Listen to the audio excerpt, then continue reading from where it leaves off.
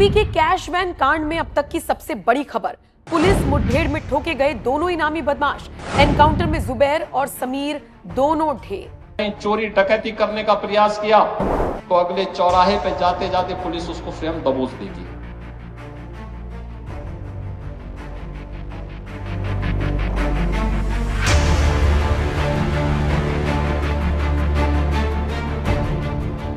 नमस्कार, आप देख रहे हैं एनएमएफ न्यूज। आपके साथ मैं हूं नमता चौधरी।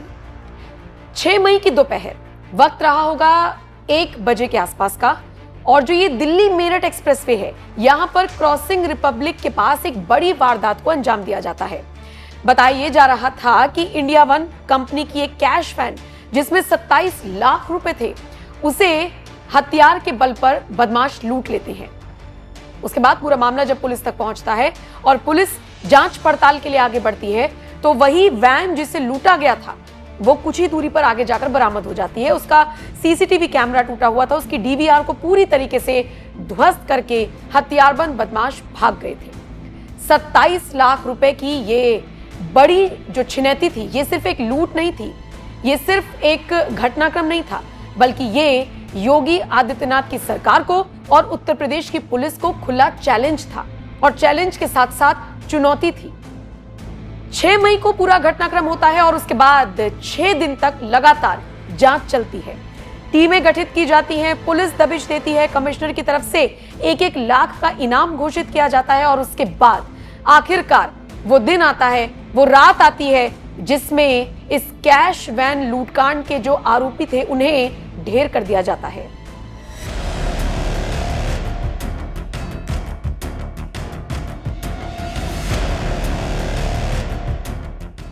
तारीख 12 मई, रात लगभग 9-10 बजे के आसपास का वक्त रहा होगा।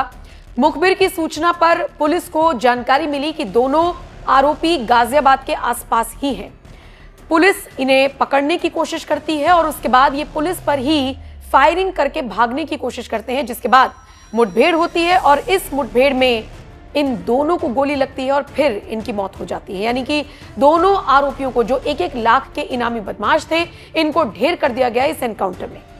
कैसे दिया गया घटनाक्रम को अंजाम?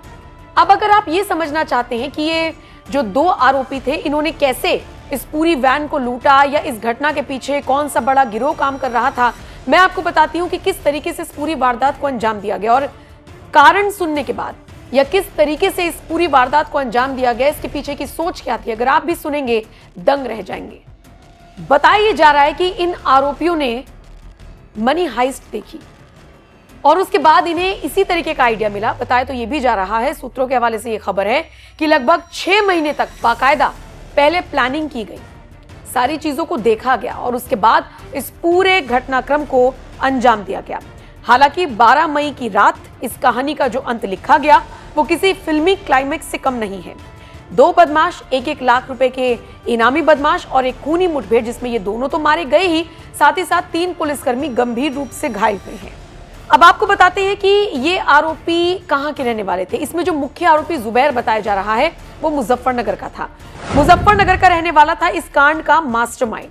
पुलिस को अपनी जांच में कई सारी बातें पता चली। इनमें से एक जो अहम बात थी वो ये कि ये आरोपी कोई साधारण आरोपी नहीं थे, बल्कि ये डिजिटल युग के अपराधी थे।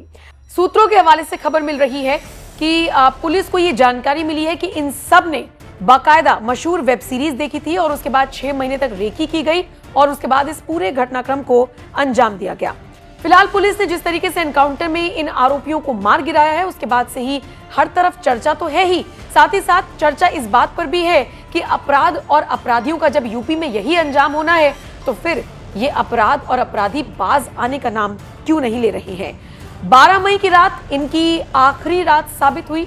6 दिन तक इन्होंने पुलिस को छकाया, लेकिन एट द एंड इनका अंत हुआ। फिलहाल पुलिस आगे की जांच कर रही है, लेकिन गाजियाबाद में हुए इस पूरे घटनाक्रम ने गाजियाबाद पुलिस के लिए एक बड़ी चुनौती खड़ी कर रखी थी और उस चुनौती से गाजियाबाद पुलिस निपट चुकी है। फिलहाल इस एनकाउंटर पर, इस खबर पर और जिस तरीके से अपराधियों के एनकाउंटर किए जा रहे हैं, इस पर आप क्या राय रखते हैं? कमेंट सेक्शन में अपनी राय जरूर दें और बाकी खबरों के लिए एनएमएफ न्यूज देखते रहिए।